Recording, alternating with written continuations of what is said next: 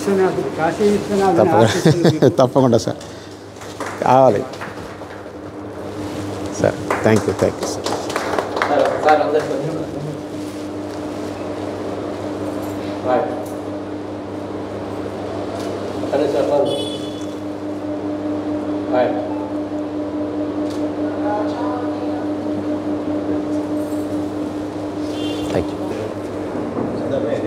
గురవే సర్వలోకానాం భిషజే భవరోగిణాం నిధయే సర్వవిద్యానాం దక్షిణామూర్తయే నమః.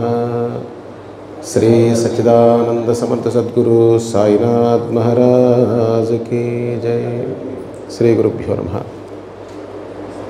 సాయినాథుని యొక్క అఖండమైనటువంటి కృపా విశేషం ఈరోజు మార్కాపురం రావటం, అత్యంత ఆత్మీయులు హరిహరరావు గారిని, వారి మిత్ర బృందాన్ని, అసలు వీళ్ళందరినీ కలవటం, అన్నిటికన్నా ఆశ్చర్యకరమైన విషయం ఏంటంటే అసలు మందిర ప్రాంగణం చూస్తే నాకు అత్యంత ఆనందం, ఆశ్చర్యం వేసింది. ఇంత పెద్ద మందిరాన్ని నేను బహుశా ఎక్కడ చూడలేదు, షిర్డీలో చూశాను.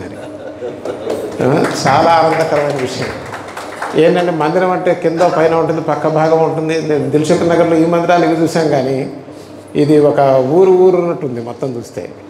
ఒక చాలా విశాలంగా ఉంది. అసలు ఎంత అద్భుతమైనటువంటి ప్రదేశాన్ని ఏర్పరిచారు అంటే వారు కొన్ని అనుభవాలు చెప్పినప్పుడు నాకు అసలు మైండ్ బ్లాక్ అయిపోయింది. అంటే సాయిబాబా అనుభవాలు అనుభవించినా, ఎంత అనుభవించినా ఏ అనుభవానికి ఆ అనుభవం కొత్తదే. ఎందుకంటే ఒక్కొక్కటి ఒక ఆణిముత్యం, అది జీవితాన్ని మార్చేస్తుందండి. సాయిబాబా ఒక్క అనుభూతి చాలు. మంచి మనిషికి ఒక మాట, మంచి గొడ్డుకి ఒక దెబ్బ, మంచి భక్తుడికి ఒక్క లీల చాలు.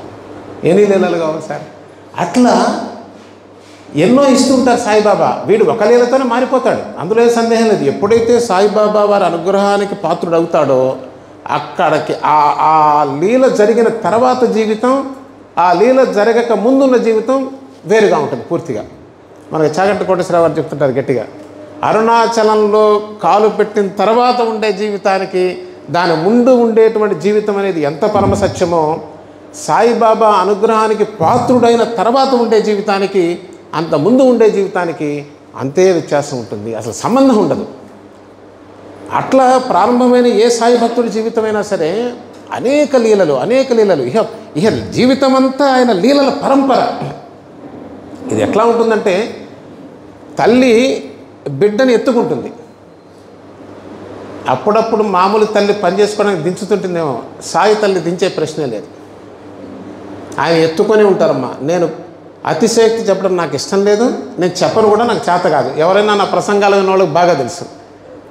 నేను రాసిన పుస్తకాలు ఒకటే రాశాను. యాక్చువల్గా చిన్నదేదో రాశాను, కానీ నేను పుస్తకాలు రాసేవాడిని కాదు కూడా. సూటిగా చెప్పేటువంటి వ్యవహారం. అందుకని పొగట్టం నాకు అసలు చేత కాదు. పరమ సత్యం. ఎందుకంటే మీరు అందరూ కూడా ఆయన ఒళ్ళో ఉన్నవాళ్లే కాబట్టి ఇక్కడ ఉన్నారు, దాన్ని అనుభవిస్తున్న వాళ్ళే. ఇందాక వారు చెప్పినట్టుగా విశ్వనాథుడి యొక్క అనుగ్రహం అంటే విశ్వనాథుని అనుగ్రహం లేకుండా అసలు ఏమి జరుగుతుంది? ఆ విశ్వనాథుడు ఈ విశ్వనాథుడు వేరే అయితే కదా, ఒకటే కదా. అక్కడ కాశీ పోయినా షిరిడీ పోయినా ఉన్నదంతా విశ్వనాథుడే, ఆనాథుడే మనందరినీ కంటికి రెప్పలా కాపాడి. ఒక్కటి ఆలోచించండి, ఇంత భయంకరమైన ప్రపంచంలో ఎట్లా ఉందండి ప్రపంచం? ఎంత వైలెన్స్ ఉన్నది, ఎంత భయంకరంగా ఉంది. ఏమనుకోకుండా ఇవన్నీ చాలా సంతోషం, కానీ చాలా బరువుగానే తీస్తాను. మీ ప్రేమకు దాసుడిని. ఇది కాసేపు వస్తాం. ఇంత భయంకరమైన ప్రపంచంలో బయటికి వెళ్తే తిరిగి వస్తామో లేదు తెలియదండి. ఎక్కడ ఏం జరుగుతుందో మనకు తెలియదు. కానీ సాయి భక్తులకి ఈ ప్రపంచమే తెలియకుండా బ్రతికేస్తున్నారంటే అతిశయోక్తి కాదు. అది నా అనుభవం, మీ అనుభవం, సాయి భక్తులందరి అనుభవం కూడా. ఎందుచేతనంటే ఒక్కటి పరమ సత్యం, పరమ ఆనందం ఏంటంటే నాతో నేను మాట్లాడుకున్నట్టే. ఎందుకంటే నాకు ఎంత అనుభవం ఉందో నాకన్నా ఎక్కువ అనుభవం మీ అందరికీ ఉంది. కాకపోతే సాయిబాబా ఒక్కొక్కరిని ఒక్కొక్క పని చేస్తుంటారు కదా. అట్లా కాసేపు ఇక్కడ కూర్చోరా, కాసేపు నా సంగతులు చెప్పు, నేను విని మురిచిపోతా. చెప్పేది నేనే కదా, నువ్వెక్కడున్నావు? వినేది నేనే కదా, వాళ్ళు ఎక్కడున్నారు? ఇద్దరు విని మురిసిపోయే వ్యవహారం. ఇదే సత్తుతో సంగమించడం అంటే, ఆ ఆనందంతో ఆ ఊలలాడిపోవటమే. ఏ రోజునైతే సాయిబాబా నాకు సర్వస్వం అనే భావన మనసులో కలుగుతుందో, అది రాత్రి కావచ్చు, పగలు కావచ్చు, ఏ క్షణం కావచ్చు, అది ఫోటో చూసి కావచ్చు, ఒక లీల విని కావచ్చు, నా లీల కావచ్చు, వేరే వాళ్ళ లీల కావచ్చు, ఎట్లన్నా కావచ్చు, ఆ చూసినప్పుడు ఉండే పులకరింత జీవితంలో ఎవరు మర్చిపోలేరు. నాకు తెలిసి మొట్టమొదట ఏ రోజైతే, ఏ క్షణంలో అయితే, ఏ లీల ద్వారా సాయిబాబా మనకి పరిచయం అయ్యారో ఆ అనుభూతి వర్ణనాతీతం. మరొక విషయం, మొట్టమొదటిసారి షిరిడీ దర్శనం అసలు ఎవరన్నా మర్చిపోగలరండి? ఎంత మురిసిపోతామో, ఎంత ఆనందపడతామో, ఏదో మన తండ్రి దగ్గరికి వెళ్ళినట్టుగా, నా సొంత ఊరు వెళ్ళినట్టుగా, ఆ ప్రదేశం అంతా నాకు బాగా పరిచయం ఉన్నట్టుగా, అదే నా ప్రదేశం, నేను ఇక్కడ వేరే చోట ఉంటున్నట్టుగా ఉండే భావన మనందరికీ కూడా కలుగుతుంది. అంత అమ్మ కన్నా మించిన ప్రేమను చూపించేటువంటి తండ్రి సాయినాథుడు. అయితే సాయిబాబా అవతారం చాలా విచిత్రమైందమ్మా. చాలా జాగ్రత్తగా వినవలసిన అంశం. సాయిబాబా సచ్చరిత్ర మనం చూసినట్లయితే, జాగ్రత్తగా పరిశీలించినట్లయితే, ఒకటండి, ప్రేమ ఒక ఎత్తు, వాస్తవం అది మరొక కోణం. ఏమిటి తేడా? ప్రేమలో లాజిక్ ఉండదు. ఉంటుందండి? ప్రేమ ఉంటే లాజిక్ ఉండదు. వాస్తవం, సత్యం సాయిబాబా చెప్తున్నది దర్శించాలంటే మాత్రం ఖచ్చితంగా లాజిక్ అవసరం అవుతుంది. ఇది కొంచెం వివరించితే కానీ మనకి తెలిసింది ప్రేమ, మనకి తెలిసింది ఎమోషన్. ఏ సాయి భక్తుని తీసుకోండి మీరు, సహజంగా 99.9% అలిసిపోయిన హృదయానికి సాయిబాబా ఎప్పుడైతే దగ్గరికి తీసుకున్నారో వాడి మనసే ఆగిపోతుంది. ఇంకా లాజిక్ ఎక్కడ పనిచేస్తుంది చెప్పండి? అలా ఓదారుస్తారు ఫస్ట్ సాయిబాబా. ఓదార్చిన తర్వాత అసలు తత్వాన్ని బోధించడానికి పూనుకుంటారు. ఆయన సద్గురువు అండి, గుర్తుపెట్టుకోండి. ఆయన ఎంత తెల్లో అంత సద్గురువు. గురువు అంటే బోధించేటువంటి వారు. కానీ అలసిన మనసులు ఆయన ఒడిలో సేద తీరుతున్నాయి. మంచిదే, కానీ సాయిబాబా ఒక స్థాయి దాటిన తర్వాత తట్టి లేపుతారు. నాన్న బాగుంది, ఆడుకున్న ఆటలు చాలుగా, ప్రయాణం ఉంది, ముందుకు నడవాలి, గమ్యం చేరాలి. ఏమిటా గమ్యం? ఎలా చేరాలి సాయిబాబా? ఇది మొదలవుతుంది. దీక్షిత్తుకి మొదలైంది, చాలామంది సాయి భక్తుల్లో మొదలైంది. అది మనం చూసే ప్రయత్నం చేద్దాం. అది చూసే ముందు సాయిబాబా ఒక మాట చెప్తారు. మా మార్గము చాలా విశిష్టమైనది. ఒక్క విషయం మనం గుర్తుపెట్టుకోవాలి తల్లి, సాయిబాబా మాట్లాడింది చాలా చాలా చాలా తక్కువ. ఆయన బేర్లీ చాలా తక్కువ మాట్లాడేవారు. ఆయన ఎక్కువగా మాట్లాడేది ఏంటంటే, అక్క బాగున్నావా, బావు బాగున్నావా, తిన్నావా, టీ తాగావా, ఛాయ్ తాగిరాపో, ఇవి మాట్లాడేవారు. అది ద్వారకామాయిలో ఉన్నప్పుడు. దారిలో వెళ్ళేటప్పుడు కూడా అక్క బాగున్నావా, ఇంతే. సాయి శరణానంద్ దేవుడు లేడనుకొని సాయిబాబా దగ్గరికి పంపిస్తాడు వాళ్ళ నాన్నగారు సాయి శరణానందని. బాబాను చూసిరా, నువ్వు సైన్స్ టెంపర్మెంట్లో ఉన్నావు, భగవంతుడు లేడంటున్నావు, నేను చెప్తే వినే స్థితిలో లేవు. ఎంత అద్భుతమైన దృశ్యం అండి అది. ఆ జక్కా బండి వాడు కోపర్గాం నుంచి తీసుకొస్తాడు. అసలు అది చదివినప్పుడు ఒళ్ళు పులకరించిపోయింది. ఎప్పుడు తలుచుకున్నా నాకు పరమానందం కలుగుతుంది. ఏమిటా సీన్ అంటే, ఆ గుర్రం బండి వాడు వస్తూ వస్తూ లెండిబాగ్ ముందు ఆపేసి సాయి శరణానందతో వీళ్ళతో బండిలో ఉన్న వాళ్ళతో చెప్తాడు, అదిగో వారే సాయిబాబా వెళ్తున్నారు. ఎంత అద్భుతం అండి. అరే రే రే, మన కళ్ళకు కట్టినట్టుగా లేదు. ఆ సాయిబాబా కఫ్ని వేసుకొని లెండిబాగ్లోంచి బయటికి వెళ్తున్నారు. వీళ్ళు తెలియదు, చూడలా, వారే సాయిబాబా అదిగో వెళ్తున్నారు చూడండి అనగానే ఒక్క ఉదాటం దూకుతాడు సాయి శరణానంద. కుర్రవాడు కదా, దూకి పరిగెత్తుకొని వెళ్తాడు. సాయిబాబాకి నమస్కరిస్తారు. ఒక్కసారి సాయిబాబా తీక్షణంగా చూసి, దేవుడు లేడంటానే, దేవుడు ఉన్నాడు అని చక్క చక్క చక్క చక్క నడిచెళ్తారు. అలా ఉంటుంది సాయిబాబా బోధ. ఆ ఒక్క మాట చాలండి. ఆ జన్మాంతం సాయిబాబా పాదాల దగ్గర పడున్నాడు సాయి శరణానంద. ఒక మహనీయుడైపోయాడు, ఒక మహాత్ముడైపోయాడు.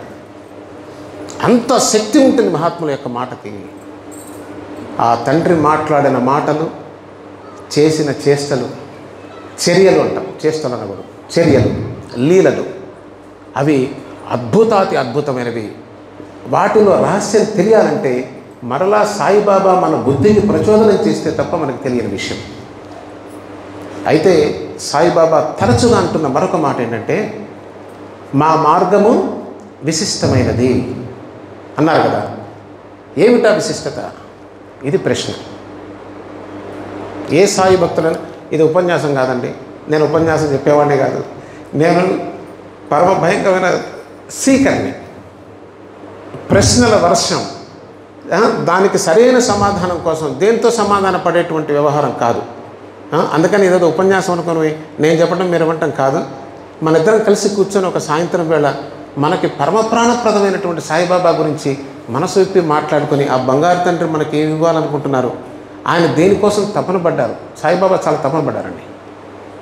ఆయన ఎంత తపన పడ్డారంటే, ఒకానొక సందర్భంలో విసిగిపోయి షిరిడి వదిలేసి రూయి గ్రామం వెళ్ళిపోయారు. వెళ్ళలా?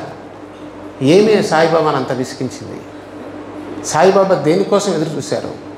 మనం ఎదురు చూసే చూపులన్నీ సాయిబాబా తీరుస్తున్నారు కదా.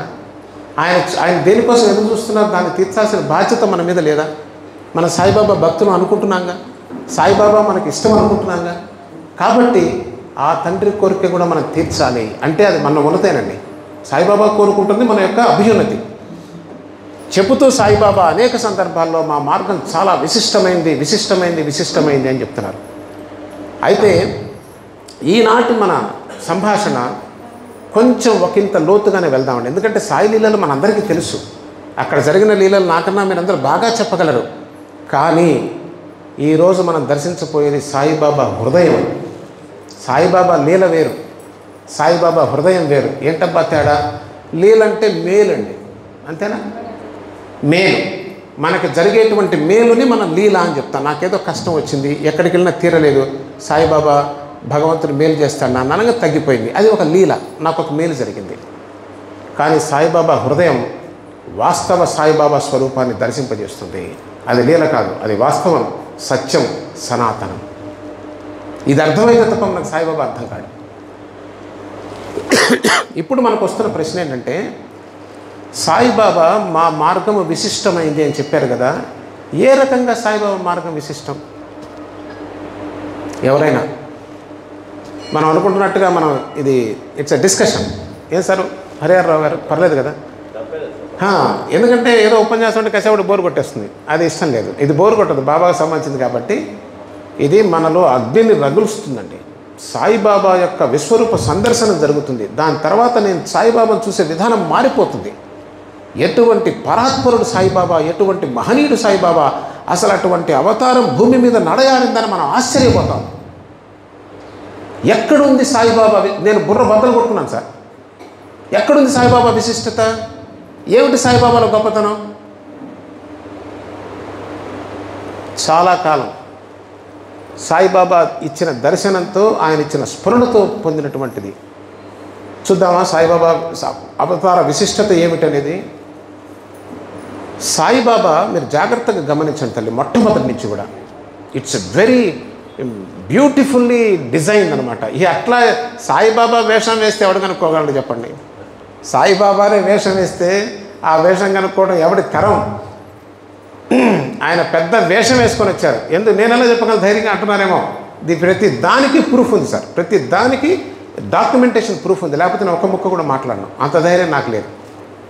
సాయిబాబా ఒక సందర్భంలో మాట్లాడతారు, జైసా దేశ్ వైసా వేష్ అని. బాగా గుర్తుపెట్టుకోండి ఈ పదాన్ని, అక్కడికి వెళ్తాం మనం చివరికి.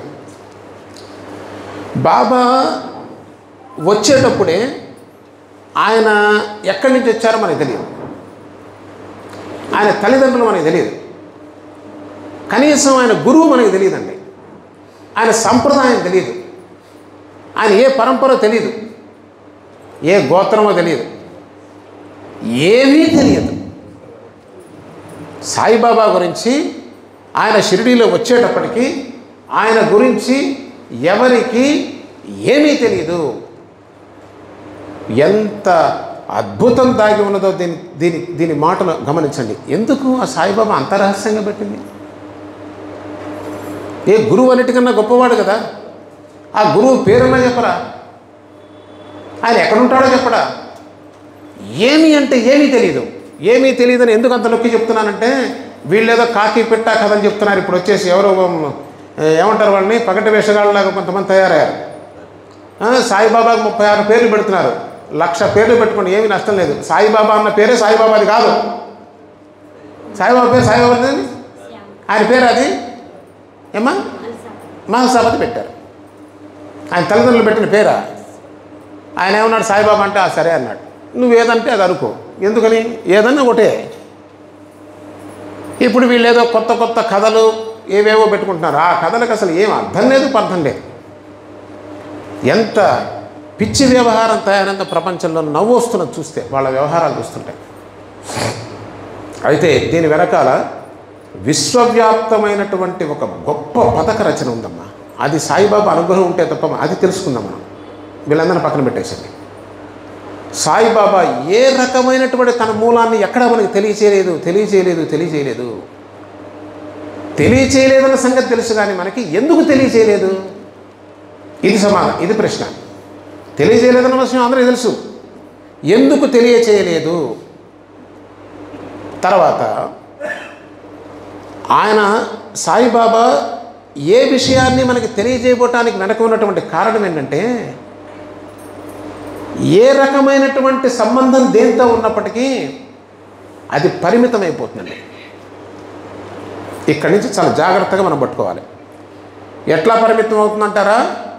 ఈశ్వర భక్తులైతే శైవం అనేస్తారు, విష్ణు భక్తులైతే వైష్ణవం అంటారు, గాణాపత్యం మనకు ఉన్నాయిగా. మన వాళ్ళ బాధ ఏంటంటే, ఈయనకి ఏం ముద్ర వేయాలి సాయిబాబాకి? చచ్చిపోతున్నారండి. గత 170 సంవత్సరాలు నాళ్ళైంది, అల్లాడి ఆకులు మేస్తున్నారు. ఇప్పుడు కాదు, సాయిబాబా కనిపించే దగ్గర నుంచి సాయిబాబాకి ఏం ముద్ర వేయాలి? లేదంటే నాద సాంప్రదాయం, ఎందుకని సాయి నాథ్ అన్నారు కదా. లేదంటే దత్త సాంప్రదాయం, ఈయన ఉన్మత్తుల్లాగా ఉన్నారు కదా. వాస్తవం తెలుసా అండి, ఏ సంప్రదాయానికి సాయిబాబా సెట్ కారు అసలు. ఎందుకని తెలుసా? అన్ని సంప్రదాయాలకి మూలమైన సత్యము నుంచి లేదా సత్యముతో ఏకాత్మ భావన పొందినటువంటి అద్భుతమైనటువంటి పరమాత్మ స్వరూపం సాయిబాబా స్వరూపం. తమాషా విషయం కాదు. కొంచెం వివరిస్తాను. లేకుంటే నిప్పుల్ని కడిగేటువంటి తంబెస్వామి లాంటి వాళ్ళండి, సామాన్యులు కాదు అసలు. నిప్పులు కడిగేటువంటి తంబెస్వామి లాంటి వాళ్ళు మా అన్నారంటే, అటువంటి మహనీయులకి, అటువంటి దివ్య పురుషులకి సాయిబాబా వారి గొప్పతనం తెలుస్తుంది. కానీ కోహినూర్ వజ్రం ఎక్కడ దొరికిందండి? గుంటూరు దగ్గర ఎక్కడ దొరికింది? పొలంలో దొరికింది, తెలుసుగా. గుంటూరు దగ్గర పొలం దున్నుకునేవాడికి ఒక రాయి దొరికింది. వాడు ఏం చేశాడంటే, ఆ రాయి తీసుకుని వెళ్ళి కోటకొట్లో ఇచ్చి చింతపండు తెచ్చుకున్నాడు. జరిగింది ఇది, నేనేం అబద్ధం చెప్పట్లేదు, మీరు రికార్డ్స్ చూడండి. వాడు తీసుకెళ్ళి కొంచెం తెలివిగా జ్యువెలరీ షాప్ వాడికి అమ్మితే లక్షల డబ్బులు వచ్చాయి. చివరికి ఎక్కడికి చేరిందంటే కోహినూర్ వజ్రం ఎలిజబెత్ సస్తున్నారు ఇవ్వలేక, ప్రపంచంలో కల్లా గొప్పదని చెప్తున్నారు దాన్ని. యాదవ ముష్టి కోహినూర్ వజ్రానికి అంత తిప్పలు పడితే, దివ్య పురుషుడు పరమ పావనమూర్తి లోక కళ్యాణ కారకుడైనటువంటి సాయిబాబాని తెలుసుకోవటం 3rd గ్రేడ్ వాళ్ళ వల్ల అయ్యే పని కాదు sir. Sorry to say this, it's a fact. ఎవరు పడితే వాళ్ళు తెలుసుకోగలిగినంత తేలికైన తత్వం అయితే కాదు సాయిబాబా తత్వం. పరతత్వాన్ని తెలుసుకోగలమా మనం? చెప్పండి ఒక్క మాట. మనం ఈశ్వరుడికి దండం పెడుతున్నాం, కానీ ఈశ్వరుడికి తెలిసి దండం పెడుతున్నాం, తెలియక దండం పెడుతున్నాం? తెలియకే దండం పెడుతున్నాం. ఈశ్వరుడు తెలిస్తే మనం ఈశ్వరుడు అయిపోతాం తల్లి. ఈశ్వరుడు తెలియటం ఏంటమ్మా? ఒక్క విషయం, ఒక చిన్న ప్రశ్న వేస్తా. భగవంతుడు సర్వాంతరయం, అవునా కాదా? ఏమండి, ఎవడన్నా కాదనే వాళ్ళు ఎవరు ఉన్నారా? ఒక్కళ్ళు ఉండేరు కదా, నిజమా? భగవంతుడు సర్వాంతర్యామి నిజమా అబద్ధమా? ఎట్లా? మీ అనుభవంలో ఉందా? కొంచెం ఆలోచన చేయండి, తొందరపడకండి. మీ అనుభవంలో భగవంతుడు సర్వాంతర్యామి అని ఉన్నదా? లేదు. ఏనన్నా తోడు ఉంటుంది. అది మన నమ్మకం కదా. భగవంతుడు సర్వాంతర్యామి అనేది ప్రహ్లాదుడి యొక్క అనుభవం సార్, గమనించండి. అవునా కదా? భగవంతుడు సర్వాంతర్యామి అనేది ప్రహ్లాదుడి అనుభవం. అవునా కదా? నా అనుభవమా, మీ అనుభవమా? దాన్ని మనం తీసుకున్నాం, దాన్ని గ్రహించాం. ఎందుకంటే బాబు చెప్పినట్టుగా అది మనకు అత్యంత సౌఖ్యాన్ని ఇస్తుంది. అది వాస్తవం. దాన్ని తెలుసుకోవాలనే తపనే మనకు ఉన్నటువంటిది. అది తెలుసుకోవడం కోసమే ఈశ్వర సన్నిధికి వెళ్తున్నాం. అవునా కాదా? అట్లాగే వాస్తవం ఎప్పుడూ కూడా అద్భుతంగా ఉంటుందండి. దాన్ని చూస్తే అదొక ప్రహ్లాదుడు అవుతాడు, అదొక తుకారాం అవుతాడు, ఒక నామదేవ్ అవుతాడు కదా. వాళ్ళు చెప్పిన అభంగాలు వాళ్ళ దృష్టి వేరు, అవి పాడుతున్న నా దృష్టి వేరు. వెనక్కి వద్దాం. సాయిబాబా మా మార్గం విశిష్టము విశిష్టము విశిష్టం అని చెప్పడంలో అర్థం ఏంటంటే ఆయన ఏ మతానికి, ఏ పరంపరకి, దేనికి సంబంధించిన వారు కాదు. అది ఒక్క పరమాత్మ లక్షణం అండి. దేనికి సంబంధించిన వారైనా పరిమితమైపోతుంది. దేనికి సంబంధించిన వారు ఎవరు అంటే అది పరమాత్మ యొక్క లక్షణం. అది అర్థమవుతుందా? పరమాత్మ దేనికి సంబంధించిన వాడు? ఆయనలో నుంచే సర్వము వస్తున్నాయి. ఆ పరమ సత్యంతో సాయిబాబా పూర్తిగా ఏకాత్మ భావన చెంది ఉన్నారు. ఇది పాయింట్ నెంబర్ 1. ఇది మనకు అర్థం కావాలి సార్. ఏ మతంలో మీరు దేనికి సెర్చ్ చేయలేరు. చాలామంది చెప్తారు ఈయన ఫలానా ధర్మం అండి, ఫలానా మతం అండి, ఫలానా మార్గం అండి అని. మనకిష్టమైన మార్గాన్ని ఆయన కంటకట్టాన్ని చూస్తాం. కానీ వాస్తవానికి దీనికి వేద ప్రమాణం ఉందండి. వేదంలో ఒక మాట చెప్తారు. ఏమనంటే సత్యము అని ఒకటి ఉంటుంది, ఒక పదం. అంటే ఈశ్వరుడు సత్యం. రామనామం సత్యహే మనం చెప్తాం కదా, రామనామం సత్యం. సత్యం అంటే ఏంటి? ఎల్లప్పుడూ ఉండేటువంటిది. దానికి దేశకాలమాన పరిస్థితులు ఉండవు. దాంట్లోనే దేశకాలమాన పరిస్థితులన్నీ వచ్చిపోతూ ఉంటాయి. అది సాయిబాబా యొక్క తత్వం. అందుకోసం మనం ఏం చేసామంటే సాయిబాబా సద్బ్రాహ్మణుడు అని చెప్పాం కదా. సాయిబాబా సద్బ్రాహ్మణుడు అంటే చాలామంది అనుకున్నారు ఈయన మళ్ళీ సాయిబాబాకి బ్రాహ్మణ కులం వంట కడుతున్నాడు, ఉన్న దాంతోనే వస్తుంటే వీడెవరు బాబు అనుకున్నారు జనాలు. ఒరే నాన్న మీకు దండం ఉంది, అది కాదు, ఇంత బతుకు ఇంటర్ కాదు తెచ్చినట్టు 30 ఏళ్ళు 40 ఏళ్ళు సాయిబాబాకు పూజ చేసి సాయిబాబా తీసుకెళ్ళి బ్రాహ్మణ కులానికి గంట కడతానా? అంత వెరివేదన అయితే కాదు. సత్ అంటే ఎల్లప్పుడూ ఉండేదండి. ఏదైతే సత్యం, ఏదైతే వేదములు చెప్తున్నాయో, ఉపనిషత్తులు దేని గురించి పొగుడుతున్నాయో, దేని చెప్పాలని ప్రయత్నిస్తున్నాయో, దేని గురించి చెప్పలేక మా వల్ల కాదని చెప్పినాయో అది సత్ అండి. దాన్ని ఏమన్నారంటే అవాక్మానస గోచరం అంటాడు. అంటే వాక్కుకి మనసుకి అందనటువంటిది, అది ఎల్లప్పుడూ ఉంటుంది. దానితో సాయిబాబా ఏకాత్మభావం పొంది ఉన్నారు. ఇది ఫైనల్. ఇది ఏ శాస్త్రకారుడైనా, ఏ పీఠాధిపతి అయినా, ఏ మహాత్ముడైనా సరే ఖచ్చితంగా ఒప్పుకొని తీరవలసిన విషయం. అదే రాచమార్గం అండి. ఏ వ్యక్తి అయినా సరే జీవితంలో సుఖపడాలంటే ఆ మార్గం. దానికి వేదంలో ఏం చెప్తారంటే నేతి నేతి నేతి అని చెప్తారు. అంటే నా ఇతి, నా అంటే కాదు, ఇతి అంటే ఇది, ఇది కాదు, ఇది కాదు, ఇది కాదు అని అన్నిటినీ నెగేట్, అన్నిటినీ కాదు కాదు కాదు అనుకొని వెళ్ళినందుగా మిగిలింది ఏదుందో అది పరమాత్మ స్వరూపము. పోతన గారు భాగవతం రాస్తూ భాగవతంలో అంటారు, పెంజీకటికి అవ్వల. ఏమిటా పెంజీకటి అంటే అన్నీ కాదని తీసేసిన దానికి అవతల ఏదైతే ఉన్నదో దానిని నేను ప్రార్థిస్తున్నాను అని చెప్తున్నాడు. దానితో ఏకాత్మభావం పొంది ఉన్నారు సాయిబాబా. కాబట్టి నీవు ఏ మార్గానికి కానీ, ఏ ధర్మానికి కానీ, ఏ మతానికి కానీ దేనికి నువ్వు సాయిబాబాని పరిమితం చేయలేవు. This is science. ఈ కారణం చేతనే సాయిబాబా చాలా పగడ్బందీగా ఆయన అవతార కార్యాన్ని తీసుకొని వచ్చారు. ఏ కులం లేదు, మతం లేదు, ప్రాంతం లేదు, ఒక ధర్మం లేదు, గురువు లేదు, ఏదీ లేదు. ఏదీ లేకుండా ఏదైతే ఉన్నదో అదే పరమాత్మ స్వరూపమైన సాయిబాబా స్వరూపం. సరే, బాగానే ఉందండి, ఇంతవరకు మేము అగ్రీ చేస్తాం. మాకు ఇప్పుడు పెద్ద సమస్య వస్తున్నది. మరి అలాంటి సాయిబాబా గమ్మును కూర్చోవాలి కానీ ఈయన అల్లా మాలిక్ ఎందుకు అన్నాడు? ఇది జనాల ప్రాణం పోతున్నదండి. ఇప్పుడు చచ్చిపోతున్నారు దుంపల దగ్గర. వాడెవడో మొన్న ఫోన్ చేశాడు నాకు 2.5 గంటలు. వాడి పేరు కట్టర్ హిందూట. మరి నీ పేరా అది నువ్వు ఉన్నదా అని. వాడు చివరికి దండం పెట్టి చెప్పిందంటే, సార్ మీరు ఎప్పుడు విజయవాడ వస్తారు సార్, కలిసిపోతారు సార్ అన్నాడు. ఎందుకంటే విషయ పరిజ్ఞానం లేకుండా మాట్లాడుతున్నారు. ప్రతి వాళ్ళకి ఏమన్నదంటే ఇదంతా బాగుందండి, మాకు కూడా సంతోషంగా ఉంది, ఎవరికో కాదండి, సాయిబాబాని విమర్శించే వాళ్ళకి కాదు, సాయిబాబాని ప్రేమించే వాళ్ళకు కూడా దీని సమాధానం తెలియదు. చెప్పగలరా? ఒక్క నిమిషం అన్న. సబ్కా మాలిక్ ఏక్ అని సాయిబాబా ఎప్పుడు చెప్పలేదు సార్. ఎక్కడ సాయి సచ్చరిత్ర మొత్తం మీద సబ్కా మాలిక్ ఏక్ అని ఎక్కడ చెప్పలా. సాయిబాబా చెప్పింది అల్లా మాలిక్ అని. ఇది చెప్పడానికి మనకి ఇష్టం లేక సబ్కా మాలిక్ అని తగిలించుకున్నారు. ఎన్ని తిప్పలు అసలు కింద మీద అయిపోతున్నారు. ఎందుకంటే అసలు విషయం తెలియక. ఇప్పుడు అసలు విషయం మనం దర్శిద్దాం తల్లి. ఇప్పుడు మీకు ఇంట్రొడక్షన్ ఇచ్చా ఇంతసేపు. ఏమని? సాయిబాబా ఏ మతం కాదు, ప్రాంతం కాదు, దేనికి సంబంధం లేదు, దేనికైనా సంబంధించితే అది పరిమితం అవుతుంది, దేనికి సంబంధించింది మాత్రమే పరమాత్మ స్వరూపం అని చెప్పాం కదా. ఇప్పుడు అక్కడి నుంచి ఒక్క స్టెప్ రండి. మరి తాను పొందినటువంటి ఆనందాన్ని ఏదైతే వేద ప్రమాణమై ఉన్నదో నేతి అనేది, అది తన బిడ్డలకు కూడా ఇవ్వాలిగా. అంతే కదండి. అది సాయిబాబా వరకే పరిమితం కాదు కదా. అది సాయిబాబా వరకే పరిమితం అయితే ఆయన గొప్ప సాధకుడై పరమాత్మ స్వరూపంలాగా ఆయన స్థితిలో ఆయన ఉండేవారు. కానీ అలా లేరు సాయిబాబా. ఆయన ఒక సద్గురువుగా వచ్చారు. తన భక్తుల్ని తీసుకొని ఉద్ధరించడం కోసం వచ్చారు కదా. మరి ఉద్ధరించడానికి వేరొక మార్గం ఏమైనా ఉందా?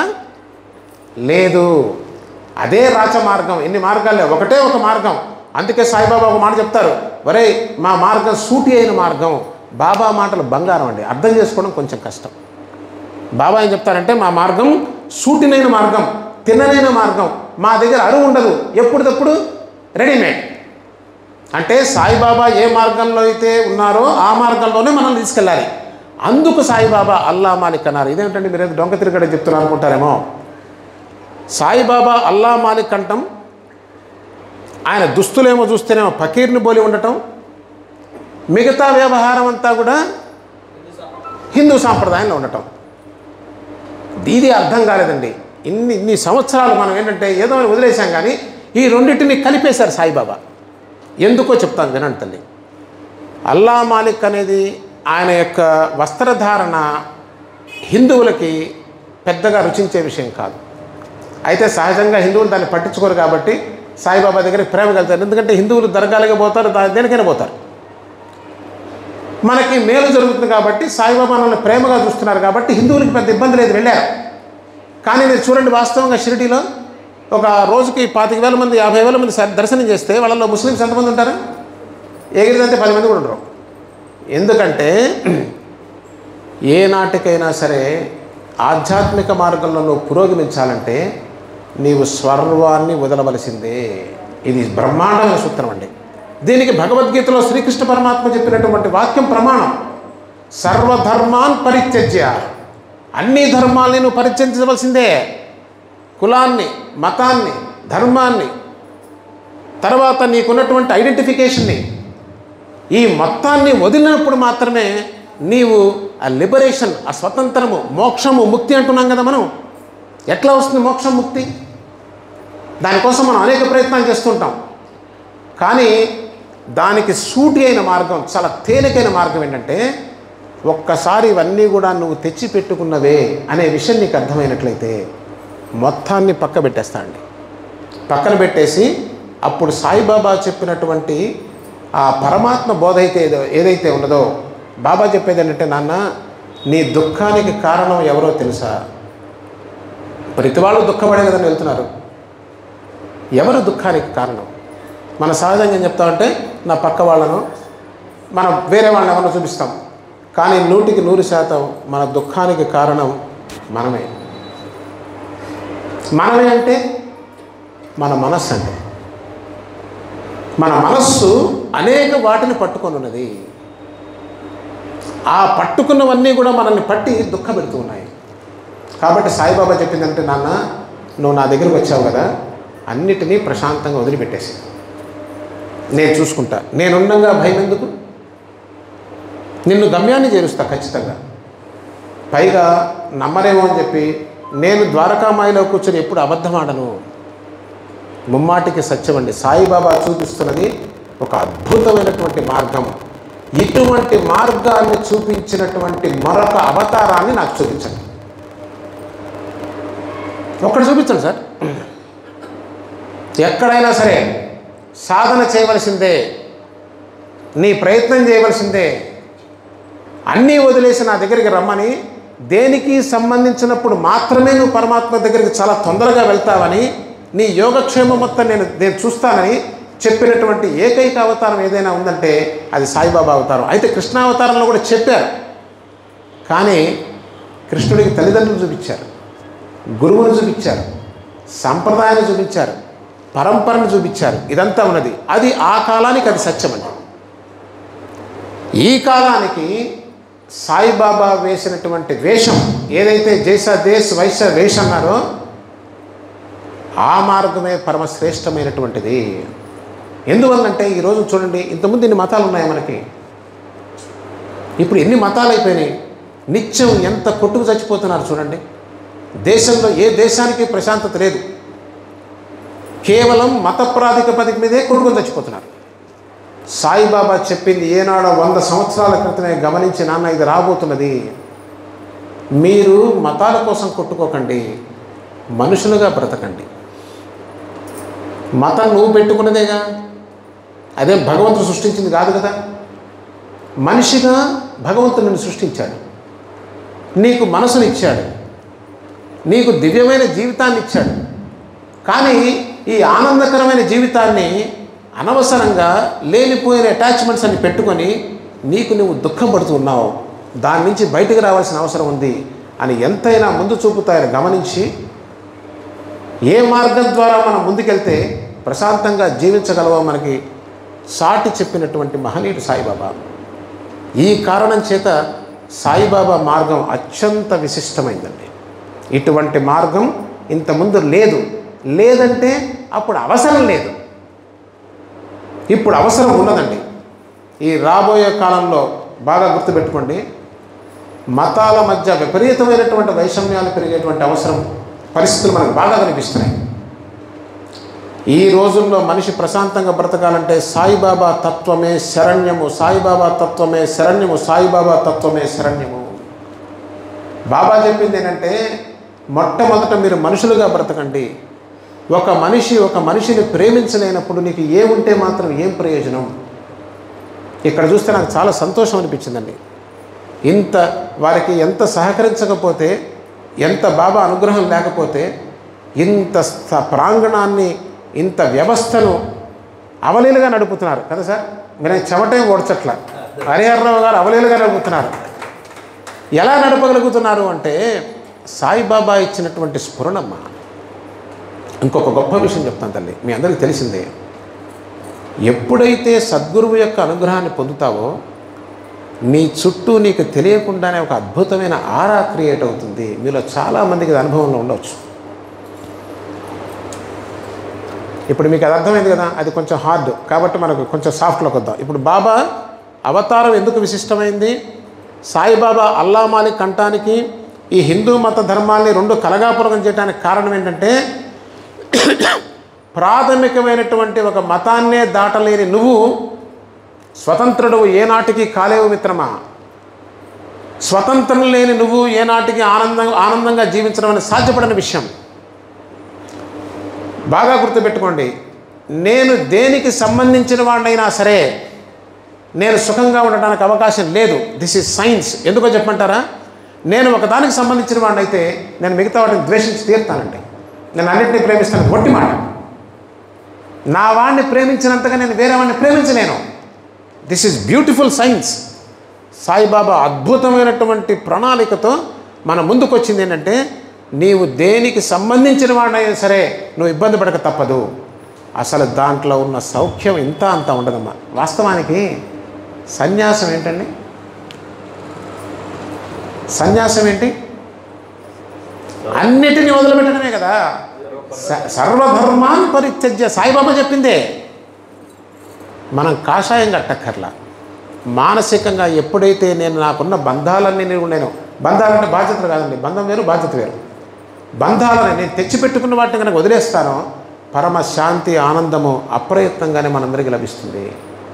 ఈ అద్భుత సూత్రాన్ని సాయిబాబా మనకు చెప్తున్నారు. లేకుంటే మనిషి ఆవేదనతో ఆవేశంతో జీవితాన్ని సర్వనాశనం చేసుకుంటూ ఉన్నాడు. మనం బ్రతికేదే చాలా చిన్న కాలమే. ఇంత చిన్న కాలంలో మన చదువులో కొంత అయిపోయింది, మన యూత్లో చాలా వరకు అయిపోయింది. అక్కడి నుంచి ఈ వైషమ్యాలు ఇవన్నీ పెట్టుకుంటే ఎంత వయసు మిగిలిందని మనం బ్రతకగలం. కాబట్టి సాయిబాబా చెప్పేది ఏంటంటే, మనం ఆనందంగా బ్రతకాలంటే అన్నిటినీ, నేను గొప్పవాడిని కూడా ఒక బంధమేనండి, నేను తెలివి తక్కువ వాడిని ఒక బంధం. అన్నిటినీ వదిలిపెట్టే నాన్న, నువ్వు నా దగ్గరికి వచ్చిన తర్వాత నువ్వు నా బిడ్డవే, నేను నీ సంగతి చూసుకుంటాను. కాబట్టి ఎప్పుడైతే సాయి భక్తుడు సాయిబాబా యొక్క ఆరాలోకి, ఆయన ఫోల్డ్లోకి, ఆయన దృష్టిలోకి, ఆయన అనుగ్రహంలోకి వస్తాడో వాడి జీవితం వర్ణనాతీతం, అందులో ఏ సందేహం లేదు. దానికి సంబంధించిన ప్రశ్న మీరు ఏదైనా వేయవచ్చు. హరిహరరావు గారు బ్రహ్మాండంగా చెప్తారా, వారి మాటలు విన్న తర్వాత నా మైండ్ బ్లాక్ అయిపోయింది, నేనేం చెప్పాలి నాయన అనుకున్నాను. నిజంగా నా జీవితం కూడా అంతే సార్. ఎందుకంటే ఉదాహరణ కోసం చెప్తున్నానమ్మా, అమెరికాలో ఉన్న గ్రీన్ కార్డు ఉన్నా నాకేం రుచించలేదు తల్లి, వాస్తవం చెప్తున్నాను. మీ దగ్గర నుంచి నాకేం సర్టిఫికెట్ ఎవరు నాకు అక్కర్లేదు కూడా. అమెరికాలో ఉండి గ్రీన్ కార్డు వచ్చిన తర్వాత నేను ఇండియా రావాల్సిన అవసరం నాకు లేదమ్మా. అసలు 98లో వెళ్ళిన వాడిని. కేవలం 2 కారణాల చేత ఇండియా వచ్చాను. ప్రతి చోట ఈ విషయం చెప్తాను, గొప్ప కోసం చెప్పను, వాస్తవంగా చెప్తాను. నా తల్లి కోసం, 2 నా తండ్రి అయిన సాయిబాబా కోసం వచ్చాను. లేకపోతే నాకు ఇక్కడ పని లేదు అసలు. పెద్ద బంధువుల వ్యవహారం కూడా మనకేం లేదు. హాయిగా ప్రశాంతం జీవితాంతం అమెరికాలో గడపవచ్చు, కానీ అది నాకేం ఆనందాన్ని ఇవ్వలేదు. నా తండ్రిని ద్వారకామాయలో చూసినప్పుడు మురిసిపోయే మురిపింపు అక్కడ లేదు. సమాధి మందిర్లో సాయిబాబాను చూసినప్పుడు నాకు వచ్చే భరోసా నాకు లేదు. ఎక్కడ వస్తుందండి ఇంత ధైర్యం అసలు? నా తండ్రి నాకున్నాడు, ఏ స్థితిలో కూడా నన్ను వదిలిపెట్టడు. మనుషులంటే వదిలిపెట్టవచ్చు, మనుషులంటే మాయం కావచ్చు, వాళ్ళ బలహీనుడు కావచ్చు, శక్తి లేకపోవచ్చు ఆ సమయంలో, కానీ సర్వసమర్థుడు, సర్వశక్తిమంతుడు, ఏదైనా చేయగలిగినటువంటి నా తండ్రి నాకు కూడా ఉండగా నేను భయపడవలసిన అవసరమే లేదు. అసత్యాన్ని అసత్యంగా చెప్పడంలో దానికి పెద్ద ధైర్యం ఎందుకంటే అది పిఠాపతి కావచ్చు, మరొకరు కావచ్చు, మరో ఏదైనా కావచ్చు. కాబట్టి సాయిబాబా అత్యంత పవిత్రుడు. సాయిబాబాని మించిన పవిత్రుడు ఇంకొకటి లేడండి. మనందరం మాట్లాడితే తంబిస్వామి ఎగ్జాంపుల్ చెప్తాం కదా, మీకు ఇంకో అద్భుతమైన ఎగ్జాంపుల్ చెప్తాను.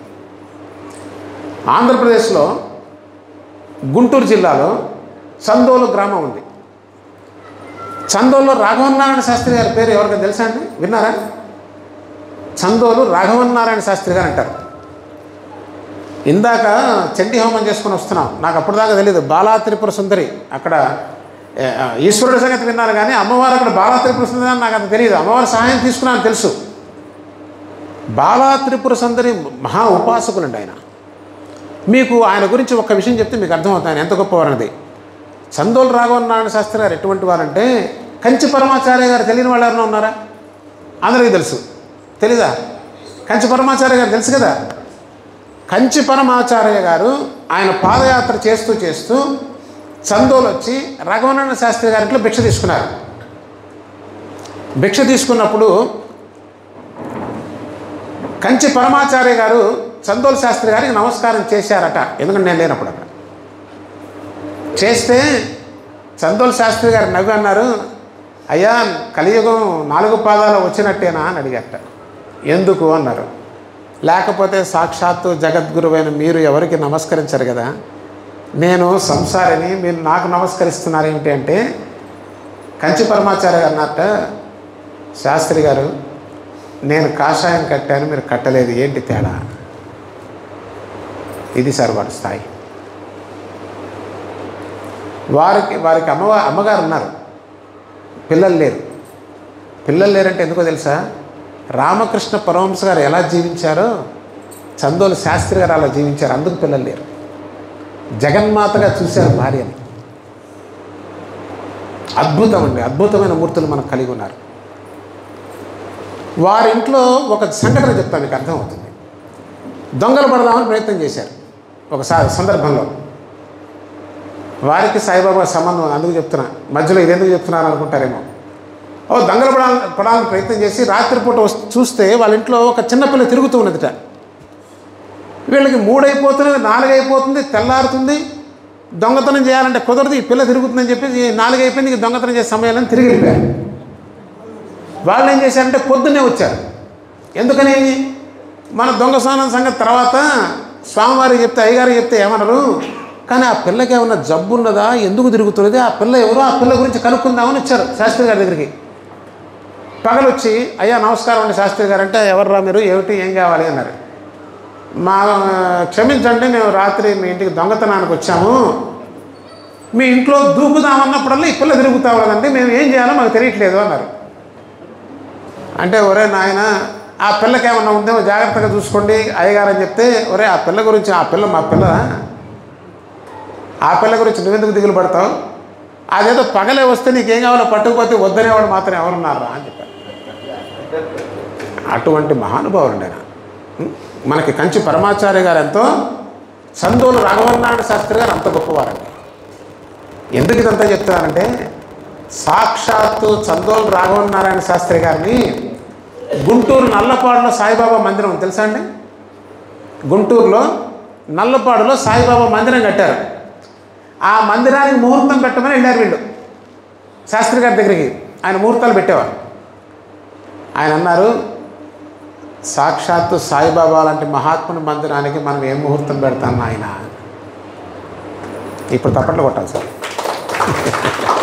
ఎంత అద్భుతం అండి. సాక్షాత్తు కంచి పరమాచార్య గారితో సమానమైనటువంటి రాఘవనారాయణ శాస్త్రి గారు. ఈ విషయం చాలామందికి తెలియదు, అందుకని నేను చెప్తున్నా సభాముఖంగా. సాయిబాబా లాంటి మహాత్ముని మందిరానికి మనం ఏం ముహూర్తం పెడతామని చెప్పు అని ఆయన ముహూర్తం పెట్టారు. ఎవరికైనా డౌట్ ఉంటే అప్పుడు పాంప్లెట్ మా కింద వాళ్ళ దగ్గర ఉంది, ఆ పాంప్లెట్ చూసే మాట్లాడుతున్నా, దానికి ప్రూఫ్ ఉన్నది. కాబట్టి సాయిబాబా గురించి ఎవరు మాట్లాడగలరంటే కంచి పరమాచార్య సమకాలికులు, తంబేస్వామి లాంటి వాళ్ళు, మహామహా జ్ఞానులు, పరమ ఉత్కృష్ట స్థితిలో ఉన్నటువంటి మహాయోగులు, అటువంటి వారు మాత్రమే సాయిబాబా గురించి మాట్లాడగలరు. కాకపోతే మనకి వారి యొక్క శక్తి పూర్తిగా తెలియకపోయినా పర్వాలేదండి. ఆయనను ఆశ్రయించి ఉన్నాం కాబట్టి సాయిబాబా తప్పకుండా మనల్ని రక్షించి తీరుతారు, అందులో ఏ సందేహం లేదు. సాయిబాబా ఘటనాఘటన సమర్థులు. అదేవిధంగా మా గురువు గారు అయినటువంటి పూనమ్మ గారు నండూరులో ఉండేవారు. అద్భుతమైనటువంటి మూర్తి. సాయిబాబా వారి యొక్క అనుగ్రహం చేత మనం ఎక్కడెక్కడో చూస్తున్నటువంటి అనిమాది అష్టసిద్ధులన్నింటినీ కూడా కరతలామలకం చేసుకున్నటువంటి మహనీయమూర్తి ఆమె.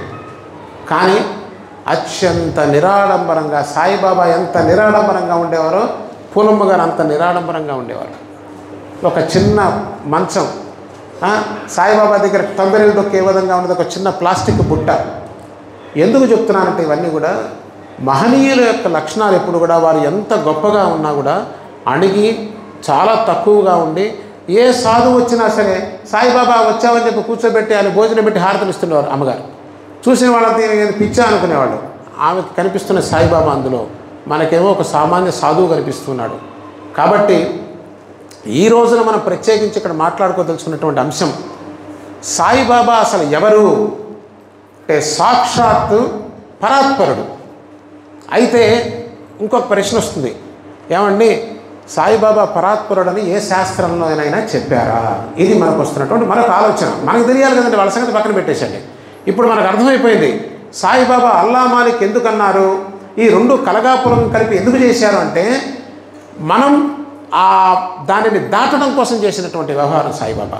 అంతేకాదండి, ఉపాసన లాంటి మహాత్ముడికి తాను బ్రాహ్మణుడు అనేటువంటి భావం ఉండేది. మనందరికీ కూడా ఉంటుంది. ఉపాసన విమర్శించట్లే ఇక్కడ. మనలో లేని వాళ్ళు ఎవరో ఒకసారి చేయొద్దండి. నేను ఫలానా మతం, నేను ఫలానా కులం, నేను బాగా డబ్బున్నవాడిని, నేను లేదా మంచి భక్తుడిని, లేదా మంచి జ్ఞానిని, ఏదో భావం ఉంటుంది కదా. ఏ భావం ఉన్నా కూడా చాలా ప్రమాదం అండి. ఉపాసని చాలా గొప్పవాడు. ఎంత గొప్పవాడంటే సాయిబాబా దర్శనానికి ఉపాసని వస్తుంటే సాయిబాబా చాలా ఆనందపడి డ్యాన్స్ చేశారు. ఏ సాయిబాబా ఇంత ఆనందంగా నాట్యం ఆడుతున్నావంటే నా వారసుడు వస్తున్నాడు రా అని చెప్పారు సాయిబాబా. ఏ స్థితిలో ఉండాలి ఉపాసని బాబా? అంత ఆశపడిన వచ్చిన తన యొక్క ఆ లక్షణాన్ని వదిలిపెట్టుకోలేకపోవటం వల్ల, దాంతోపాటు కొన్ని లక్షణాలు ఉండటం వల్ల సాయిబాబా అనుగ్రహానికి పూర్తిగా పాత్రుడు కాకుండానే వెళ్ళిపోయాడు కదా. కాబట్టి మనం చేయవలసింది ఏంటంటే సాయిబాబా చెప్పింది చెప్పినట్టు మనం ఆచరించడం తల్లి. మనం అసలు ఏమి చేయాల్సిన పని లేదు, ఒక్క పని చేస్తే చాలు. నీవు తప్ప దిక్కులేదు, నీ పాదపద్మములు తప్ప నాకు దిక్కులేదు సాయిబాబా, నాకేం తెలియదు, చాలండి. సాయిబాబా ఏం కావాలో మొత్తం ఏర్పాటు చేయగలిగేటువంటి ఘటన సంబంధం. అంతేగాని మళ్ళీ అటు ఇటు పోకూడదు. ఆయన ఆరాలోకి మనం వెళ్ళిపోతాం. నువ్వెవరు?